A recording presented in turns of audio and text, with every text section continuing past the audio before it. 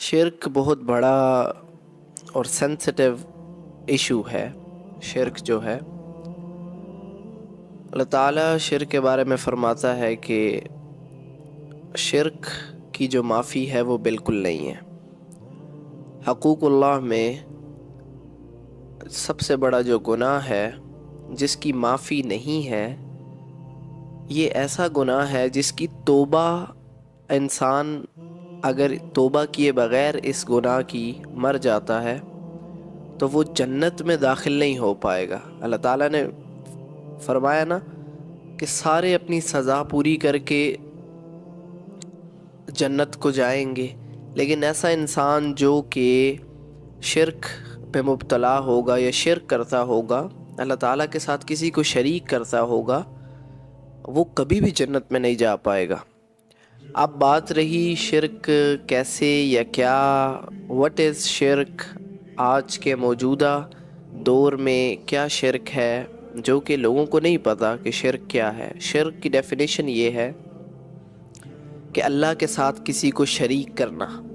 تو آپ جب فاتحہ پڑھتے ہو تو اللہ کے ساتھ اللہ کو آپ کہتے ہو ایاک نعبد و ایاک نستعین، کہ اللہ ہم تیری ہی عبادت کرتے ہیں اور تجھ ہی سے مدد چاہتے ہیں۔ ایسا کہتے ہو آپ بار بار جب نماز پڑھتے ہو فاتحہ میں، ایک طرف آپ ایسا کہتے ہو، لیکن آج کل آپ کو دیکھنے کو ملے گا درباروں پر جانا، قبروں پر سجدے مانگنا، یا ایٹسیکٹرا مدد، یا ایٹسیکٹرا مدد، یا رسول اللہ، ایون کہ نبی صلی اللہ علیہ وسلم سے بھی آپ نہیں، انبیاء سے بھی نہیں آپ مانگ سکتے، آپ صحابہ سے بھی نہیں مانگ سکتے، آپ فرشتوں سے بھی نہیں مانگ سکتے، کیونکہ فاتحہ میں اللہ نے سکھایا کہ ایاک نعبد و ایاک نستعین، اے اللہ ہم تیری ہی عبادت کرتے ہیں اور تجھ ہی سے مدد چاہتے ہیں۔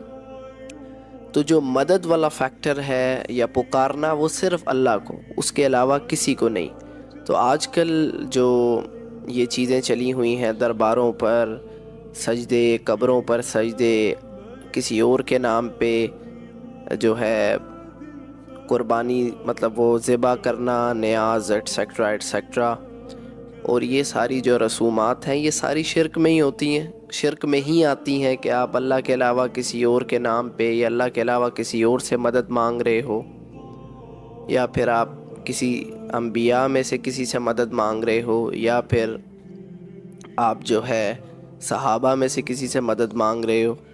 مدد کا جو فیکٹر ہے وہ صرف اللہ سے، اور اللہ کے علاوہ اور کسی سے بھی نہیں۔ اللہ کے علاوہ آپ کسی اور سے مدد نہیں مانگتے۔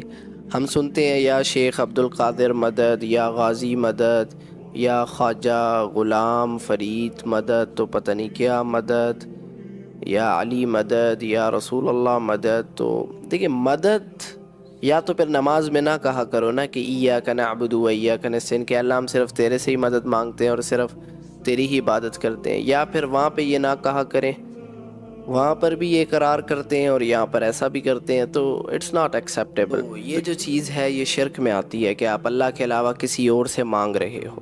اس کی قطعاً جو ہے اجازت نہیں ہے کہ آپ اللہ کے علاوہ کسی اور سے مانگو یا ایسا کچھ بھی ہو۔ تو یہ اللہ تعالیٰ قرآن میں فرماتا ہے نا، امن یجیب المضطر اذا دعا ویکشف السوء ویجعلکم خلفاء الارض، کون ہے جو بے چین دلوں کو، پریشانی میں گرے ہوئے دلوں کو سکون دیتا ہے؟ کوئی کسی مشکل میں اگر کوئی انسان گرا ہے تو اس مشکل سے نکالتا ہے، اور زمین پر ایک دوسری جگہ پر جو ہے انسانوں کو لے کر آتا ہے، خلیفہ بناتا ہے۔ اِلٰہٌ مع اللہ، اللہ کے علاوہ کوئی اور ہے؟ کوئی نہیں ہے۔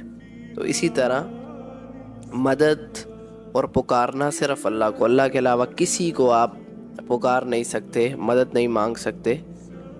تو اللہ تو قرآن میں جب عیسائی جو ہیں وہ حضرت عیسیٰ کو جو ہے اللہ کا بیٹا یا خدا جتنا رتبہ جو ہے وہ دیتے ہیں، تو اللہ نے تو فرمایا نا، حضرت مریم علیہ السلام اور عیسیٰ یہ تو خود جو ہے کھانے پینے کے، روٹی کے، ان چیزوں کے محتاج ہیں تم ان سے، تو اس لیے جو ہے یہ چیز بہت سینسٹیو ہے اور آج کل یہ بہت زیادہ پائی جاتی ہے. اور سینسٹیو اس طرح ہے کہ اگر خدا نخواستہ اس میں کوئی انسان پڑا رہا اور ایسے ہی جو ہے وفات پا گیا تو اس کے لیے کوئی بخشش نہیں ہے، کوئی جنت نہیں ہے، ہمیشہ کی دوزخ ہے اس کے لیے. تو کائنڈلی اس چیز سے جتنا ہو سکے آپ بچیں. جب پکارنے کی بات آئے، جب مدد کی بات آئے تو صرف ایاک نعبد و ایاک نستعین، یا اللہ مدد، اس کے علاوہ کسی اور سے مدد یا پکارنا یہ نہیں ہو سکتا.